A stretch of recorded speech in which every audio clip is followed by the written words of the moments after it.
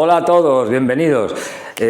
Hoy vamos a hablar de un vídeo que me parecía fundamental ya a estas alturas, y puesto que en el anterior vídeo estuvimos hablando de la situación geopolítica en ese momento, de lo que estaba pasando en Oriente, las relaciones de la Unión Europea con China, etcétera, vamos a dar una explicación un poco más general de por qué pasan ciertas cosas y sobre todo para que visualicemos el contexto sobre el que se están desarrollando los actuales acontecimientos. Así que aprovecharemos el mapa este fantástico que tenemos aquí atrás y iremos señalando unos países y otros para ir explicando diferentes cosas. Así que lo primero, idea fundamental, es que en los conflictos actuales el concepto que prima, y que es un concepto que inventaron los norteamericanos a principios de este siglo, es un concepto que llaman el de guerra híbrida. ¿Qué es esto de guerra híbrida? Una cosa muy sencilla. Es que frente a la guerra, digamos, más o menos tradicional, es decir, la de los cañonazos, bombardeos, ataques de soldados, etcétera, vamos, lo de toda la vida, como la Primera, la Segunda Guerra Mundial, por ejemplo. Ahora el concepto es mucho más amplio y se considera que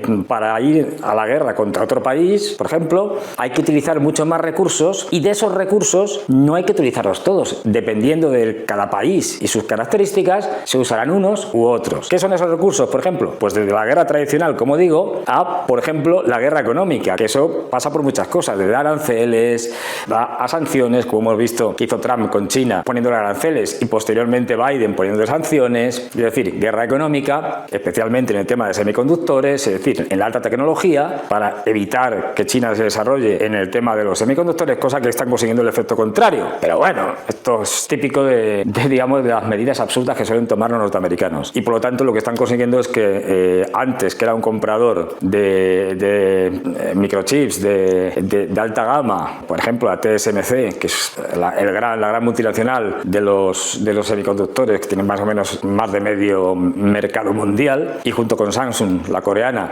prácticamente monopolizan el mercado mundial de semiconductores de alta gama. Bueno, pues lo que están consiguiendo es que antes, que se los compraban, con lo cual eran beneficios para Occidente, digamos, ahora estas sanciones consiguen el efecto inverso y están obligando a los chinos a desarrollar su propia tecnología para producir esos semiconductores. Resultado, pues que en muy poco tiempo han pasado de producir semiconductores, bueno, de muy baja gama, que podía hacerlo casi cualquiera, a llegar a los 7 nanómetros. Esto es muchísimo en muy poco tiempo. En la vanguardia, como digo, está en la producción de los 3, ahí andan cerca de los 2 nanómetros, es decir, ya no estamos tan lejos. Pues bien, como iba, como siempre me enrollo, guerra híbrida, guerra tradicional, guerra económica, al mismo tiempo, los embargos, por ejemplo, no olvidar, es decir, la guerra económica puede llegar a matar más que la guerra tradicional, y de esto hablaremos un día también. Ciberguerra, por supuesto, esto es cotidiano, otra cosa es que es muy difícil enterarse porque no trasciende. Guerra en el espacio exterior, satélites de todo tipo, y ya no solo destrucción física del satélite por un misil, esto ya se ha hecho varias veces, se han hecho pruebas y demostraciones para que todo el mundo vea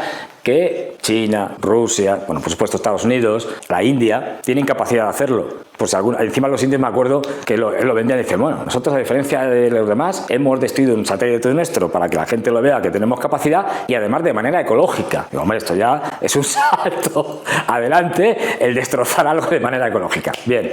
Luego está también, por ejemplo, la utilización de los procesos migratorios como arma contra otro país. Puedes redirigir o provocar procesos migratorios que perjudiquen a los países vecinos. Esto también se hace. La propaganda, por supuesto. La guerra en la propaganda, en la narrativa, para convencer a la gente, incluso lo que llamamos ahora ingeniería social, es decir, crear un tipo de gente que ya está predispuesta a determinadas ideas, también se hace. La guerra sucia, en fin, un montón de opciones, como veis, en las que cada país, atacante en este caso, pues elige, o defendiéndose, elige las que cree más convenientes, y a veces, bastantes veces, no les interesa tocar por el momento o definitivamente lo que es la guerra tradicional, porque piensan que con las otras va a ser más que suficiente para conseguir sus objetivos. Pues bien, esto es lo que hay hoy en día.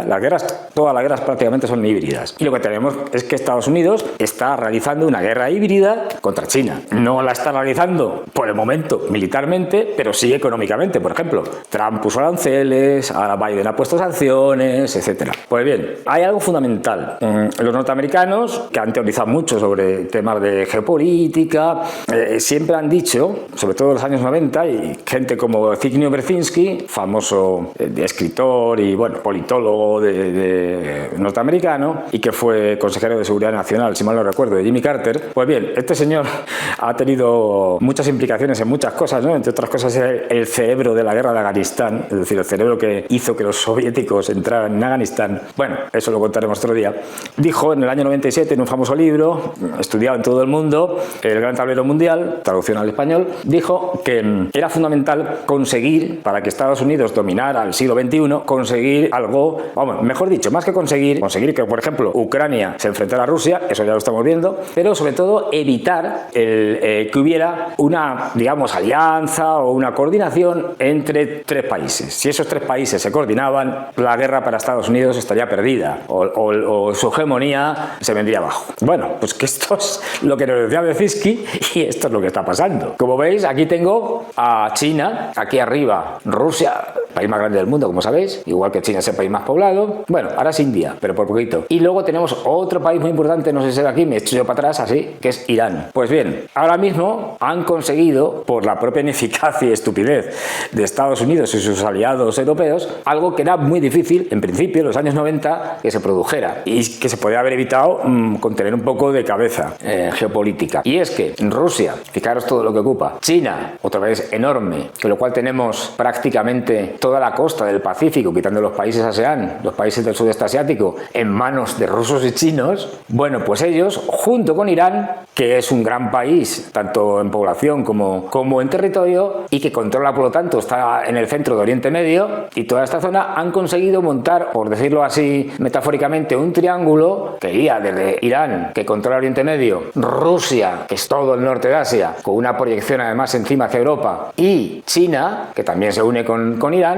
Pues esta asociación de estos tres países controlan Asia, y esto hace que Estados Unidos no pueda ganar una guerra contra los tres. ¿Y por qué? Y esto los chinos han sido especialmente astutos y hábiles, porque además los tres saben que se necesitan. En el caso de una hipotética agresión, y no tan hipotética, agresión norteamericana, se complementan y se necesitan. ¿Por qué? Por ejemplo, China tiene un problema grave con esto que vemos aquí, que es el estrecho de Malaca, una pequeña zona por la que pasa todo el comercio que viene de Oriente Medio, de la zona de los países del Golfo, de Irán, de Irak, toda esta zona viene hasta aquí. Y fundamentalmente hidrocarburos, es decir, que son fundamentales para China, porque aunque China tiene grandes cantidades de petróleo y gas, pero su consumo, debido al tamaño de su población, es tan grande que es el gran importador de estos productos. Si les cortan el estrecho de Malaca, como vemos aquí, pues tendrían que dar un rodeo, pues todo esto está lleno de más microislas, Indonesia controla todo esto, tendría que dar un rodeo tremendo, que haría esto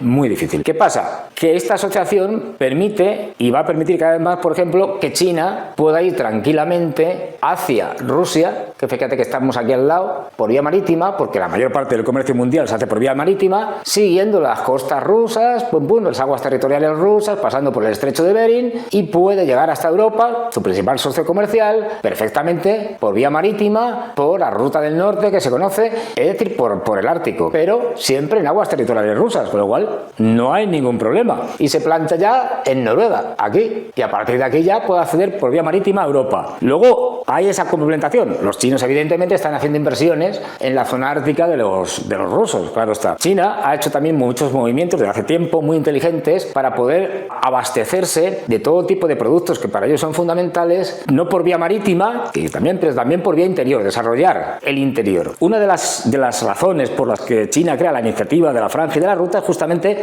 para poder desarrollar el comercio interior de Asia o de Eurasia, de manera que los norteamericanos, que lo vemos aquí, fijaros que en cierto sentido podemos decir que Estados Unidos es una isla, y aquí tenemos el Atlántico que separa a Estados Unidos del gran continente euroasiático y de África, pero al otro lado está el Pacífico, que lo separa de todo el continente asiático, de Oceanía, y solo tienen una pequeña conexión, digamos, una pequeña frontera ahí en en el Ártico, entre Alaska, en el estrecho de Bering, con Rusia. Con lo cual, claro, por eso Estados Unidos es fundamentalmente una potencia marítima, una potencia aeronaval, porque la única forma que tiene de controlar el mundo, y por eso tiene 800 bases repartidas por todo el mundo, es con su capacidad militar aeronaval. Pues bien, cuando tiene que meterse en tierra, es decir, cuando ya tiene que penetrar en zonas terrestres, pues ahí ya tiene bastantes problemas. Ahora siguen controlando el comercio mundial, porque controlan todos los grandes pasos, como el que hemos señalado, el estrecho de Malaca, con sus fuerzas navales,